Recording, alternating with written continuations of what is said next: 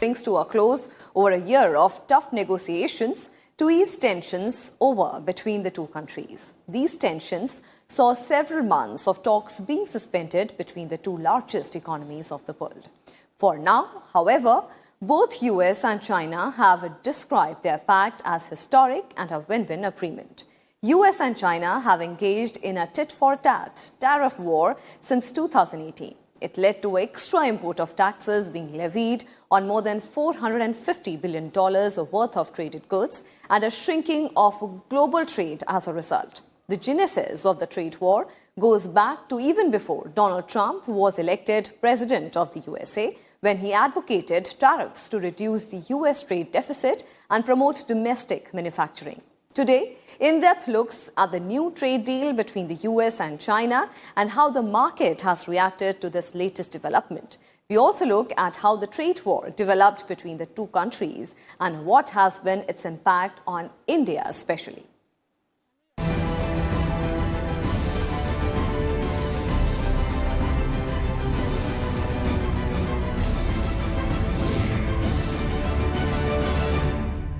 After more than 2 years of rising tensions, the US and China have signed a deal aimed at easing their trade war, while China has pledged to boost US imports by $200 billion above 2017 levels and strengthen intellectual property rules. The US has agreed to halve some of the new tariffs it has imposed on the Chinese products. The deal sets the stage for a stronger relationship between the two countries, hoping to further softening of the trade tensions between the world's two largest economies. Here's a look at the first phase of the latest US-China trade deal.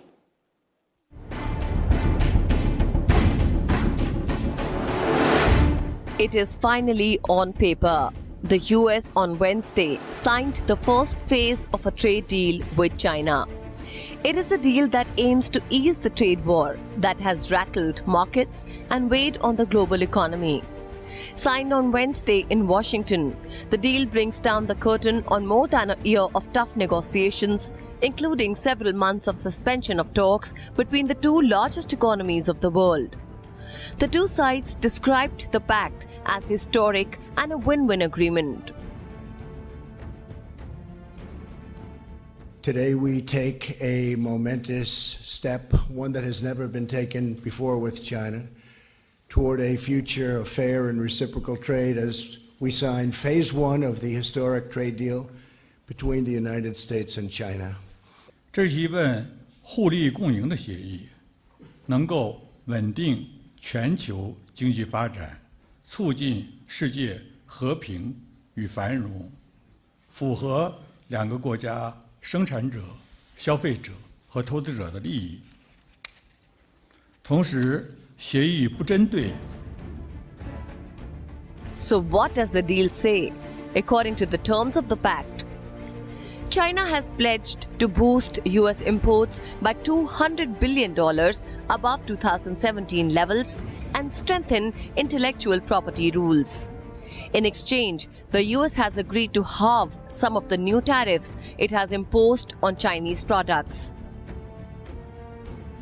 I think it's very positive that the two largest economies in the world, the US and China, has agreed on the first step on trade. I think that is sending positive growth signals not only to China and to the US, but to the rest of the world. I hope that based on this agreement, there will be a second phase and a third phase, because we know that China and the US is more than 40% of the global economy. And if these two nations can find solutions, I think that is also positive for the rest of the world. See, the main dispute between the US and China was regarding two issues. The first issue was that the US had a tremendous trade deficit with China. And the second issue was that the US government felt that China was stealing technology from them and from the rest of the world. The fact that the deal has been signed means that the uncertainty globally that was there because of the two largest economies basically squabbling with each other, those tensions will now ease. However, US will maintain up to 25% tariffs on an estimated $360 billion worth of Chinese goods, and China, which has levied new tariffs on $100 billion worth of US products, is also expected to maintain the majority of them. Experts say it is only a small proportion of the tariffs being reversed, and relatively minor concessions is being granted by both sides. They add that Washington's fundamental complaints about Chinese practices, from its approach to subsiding businesses to cyber theft, remain unresolved. However, Trump has defended maintaining the bulk of the tariffs, saying they will provide leverage in future talks. But this so-called deal does next to nothing of substance for workers and businesses feeling the brutal, merciless weight of China's trade and industrial abuse. I greatly fear that President Xi is laughing at us behind our backs for having given away so little at the expense of American workers, farmers, and businesses. The US and China have engaged in a tit-for-tat tariff war since 2018, which has led to extra import taxes being levied on more than $450 billion worth of traded goods. The ongoing dispute has disrupted trade flows, dampened global economic growth, and unnerved investors. Bureau Report, Raj Sabha TV. For markets across the world, the big question is, will the US-China trade deal revive global trade and put economies on the growth path? While the US president has himself called it a transformative deal that will bring great benefits for the two countries, market analysts see it only as a first step towards a long process to bring global trade back to normal. Our next story looks at how the deal will affect Asia and, in particular, India.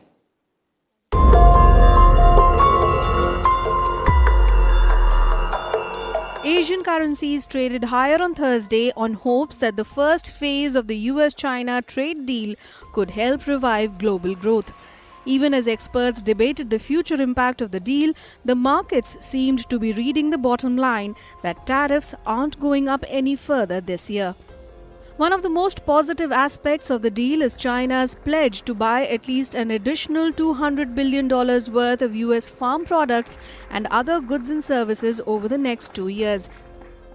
China is one of the is an economy whose growth performance has fairly significant consequences for other parts, particularly of the developing world, who depend upon Chinese exports to China for their own growth momentum.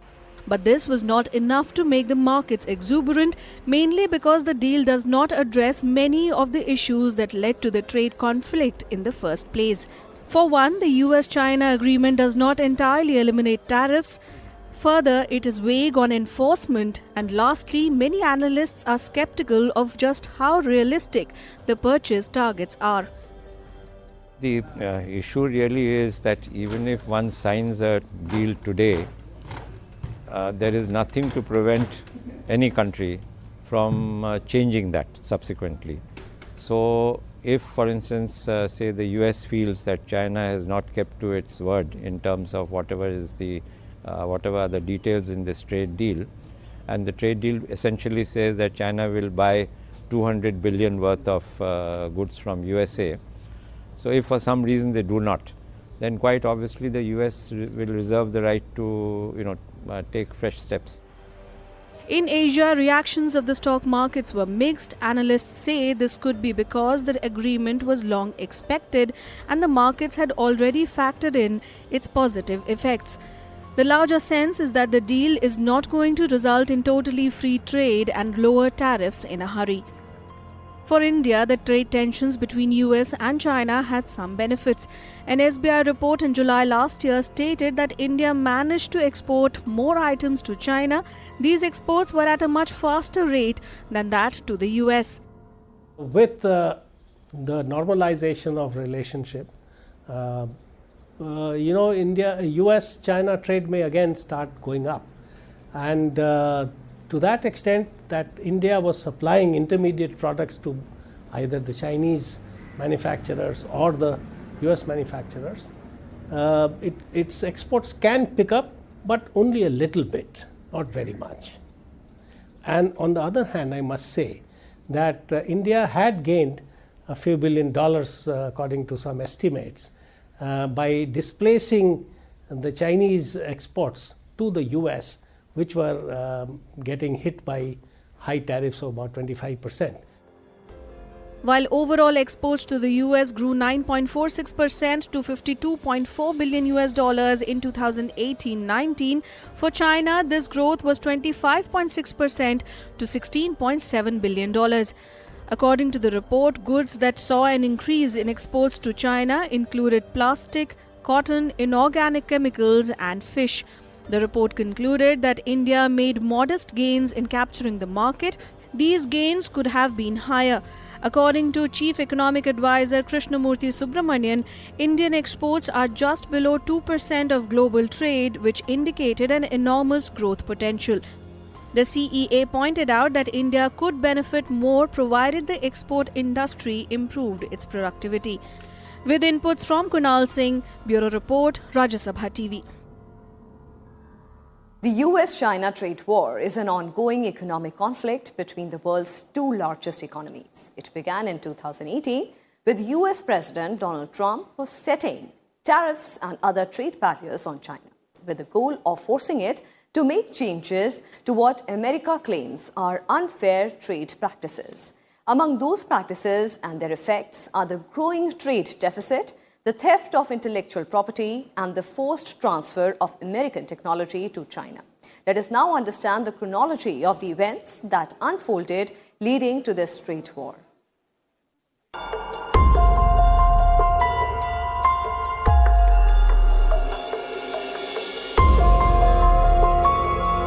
Even before he was elected president of the USA, Donald Trump has advocated tariffs to reduce the US trade deficit and promote domestic manufacturing.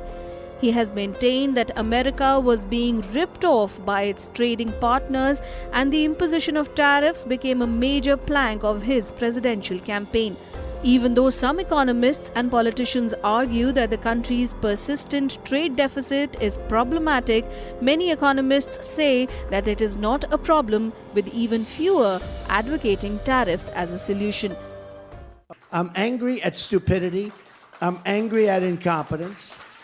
I'm angry when China's making $500 billion a year and sucking our jobs and sucking our money out of our country, and we don't do anything about it. I'm not angry at China. I'm angry at our politicians. The trade war has been criticized internationally, including by US businesses and agricultural organizations, as it has hit the two sectors harder than others. It all started in March 2018 with the US president announcing tariffs of 25% on steel imports and 10% on aluminium from a number of countries, including China.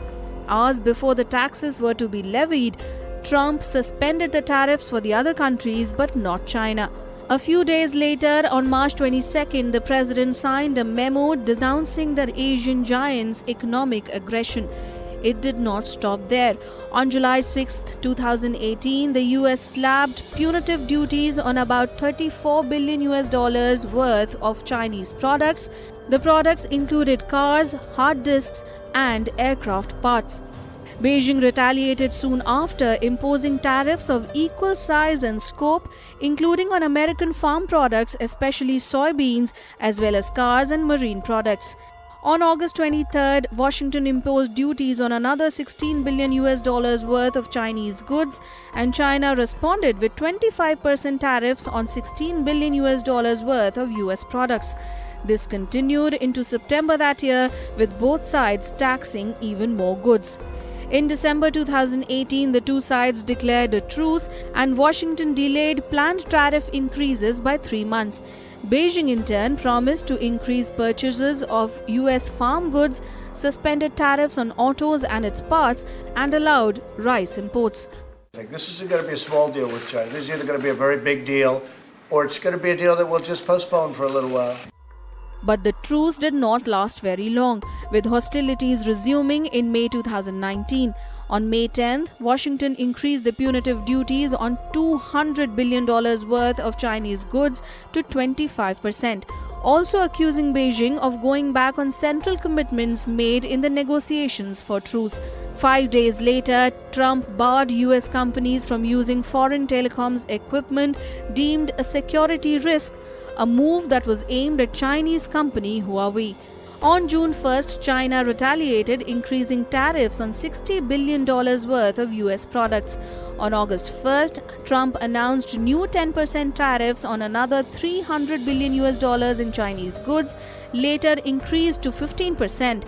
China fired back, raising tariffs on all U.S. imports. The same month, China allowed its currency, the yuan, to fall below 7 to the dollar for the first time in 11 years. Washington was quick to react and accused Beijing of manipulating its currency to help its exports. On August 13, the United States decided to delay until December 15 imposition of tariffs on some products to shield holiday shoppers from sudden price hikes. But other tariffs either stayed or went up. This led China to announce that it will hit $75 billion worth of US imports with new tariffs in retaliation for the looming hikes. On September 2nd, China lodged a complaint at the World Trade Organization. 2 days later, Trump announced import duties on structural steel from China, accusing Chinese manufacturers of dumping. On December 13th last year, Washington and Beijing announced a Phase 1 deal under which Beijing agreed to import $200 billion worth of US products over 2 years. The US cancelled new tariffs that were due to kick in on December 15th and promised to slash in half the 15% tariffs on $120 billion imposed in September on consumer goods like clothing. China also suspended new planned taxes. This is a very large deal, the China deal. It covers tremendous manufacturing, farming, a lot of rules, regulations, a lot of things are covered. It's a Phase 1 deal, but a lot of big things are covered. And I say affectionately, the farmers are going to have to go out and buy much larger tractors because it means a lot of business, a tremendous amount of business. Before the two sides signed the latest deal to pause the trade war, the US also dropped currency manipulation accusations as a sign of reconciliation and easing tensions. Bureau Report, Rajya Sabha TV. The United States and China are two natural trading partners, and their economic and trade relations have brought enormous benefits to both the sides, as demonstrated by the highest level of bilateral trade between any two countries in history. Our next report takes a look at the complex ties between the two nations that go back 4 centuries. Relations between the US and China date back to the 18th century, when the Empress of China sailed from the United States, arriving in Guangzhou, or erstwhile Canton, in August of 1784. The journey marked the new nation's entrance into the lucrative China trade in tea, porcelain and silk, but only through a set group of Chinese merchants with official licenses to trade. Official diplomatic relations between China and US began in 1844 with the signing of the Treaty of Wangxia, 60 years after the first US ship had sailed into Chinese waters. The terms included extraterritoriality for US citizens in China, most favored nation status, and a guarantee for treaty revision in 12 years. This marked the beginning of official diplomatic relations between the United States and China. In 1847, when the coolie trade began, over 1 lakh Chinese laborers known as coolies came to the United States within the first 20 years. However, decades later, in 1875, the US placed first restrictions on Chinese immigrants by passing the Page Act. In 1878, China finally established a diplomatic mission in Washington, marking the beginning of full bilateral ties between the United States and China. Between 1894 and 95, the US gained several new privileges in China, including the right to build factories after Japan won the First Sino-Japanese War. While US made considerable inroads into China, the US Parliament continued to pass restrictive legislation on Chinese immigration and the ultimate removal of the Chinese people that already stayed in the United States. This led to protests and boycott of American products and businesses in China. Finally, in 1943, the two nations signed a treaty formally ending 100 years of extraterritoriality in China bringing an end to the legal privileges long held by foreigners. Simultaneously, the United States passed legislation allowing Chinese immigration for the first time in 60 years, although it was under a very low quota. In 1949, the Chinese Communist Party established the People's Republic of China in Beijing, but the United States extended support to the exiled Republic of China government in Taipei, setting the stage for several decades of limited US relations with mainland China. The United States did not formally recognize the People's Republic of China for 30 years after its founding. In 1979, the United States ended official relations and its defense treaty with the nationalist regime on Taiwan, and formal embassies were established in Beijing and Washington. In the same year, the two countries signed a trade agreement that enabled Chinese products to receive temporary most favored nation tariff status. In 1986, China joined the Asian Development Bank and applied for membership in the General Agreement on Tariffs and Trade and the World Trade Organization, which was not initially supported by the US. 3 years later, in 1989, the United States and other nations imposed economic sanctions on China. While tensions continued, diplomatic ties were never severed and China remained open to foreign trade. In 1992, US-China relations were rekindled, and in 1999, after several rounds of talks, the US finally agreed to make China part of the World Trade Organization. In October 2000, US President Bill Clinton signed the US-China Relations Act of 2000, granting Beijing permanent normal trade relations with the United States and paving the way for China to join the World Trade Organization in 2001. Between 1980 and 2004, US-China trade rose from $5 billion to $231 billion. In 2006, China surpassed Mexico as the United States' second largest trade partner after Canada. In September 2008, China surpassed Japan to become the largest holder of US debt at around $600 billion. The growing interdependence between the US and Chinese economies became evident as a financial crisis threatened the global economy, fueling concerns over US-China economic imbalances. Problem with the US-China trade tension was that it was creating adverse effects on global trade and investment flows, because today we have a globalized world where goods cross borders at the primary stage, intermediate stage, then they go and get finished somewhere, which is part of the global value chain. So both the Chinese and the American manufacturers, they are part of the global value chain, and because of the tensions that the two were having and the tariff war that was going on between the two, the global value chain was getting disrupted very badly. So it was affecting many other countries which were supplying to either China or the US or both. So this in fact was also leading to reluctance on the part of investors to invest. In 2012, the US trade deficit with China rose from $273.1 billion in 2010 to an all-time high of $295.5 billion in 2011. The US trade deficit with China was on pace to close out 2019 at about $353 billion according to figures through October of 2019. With Kunal Singh, Bureau Report, Rajya Sabha Television.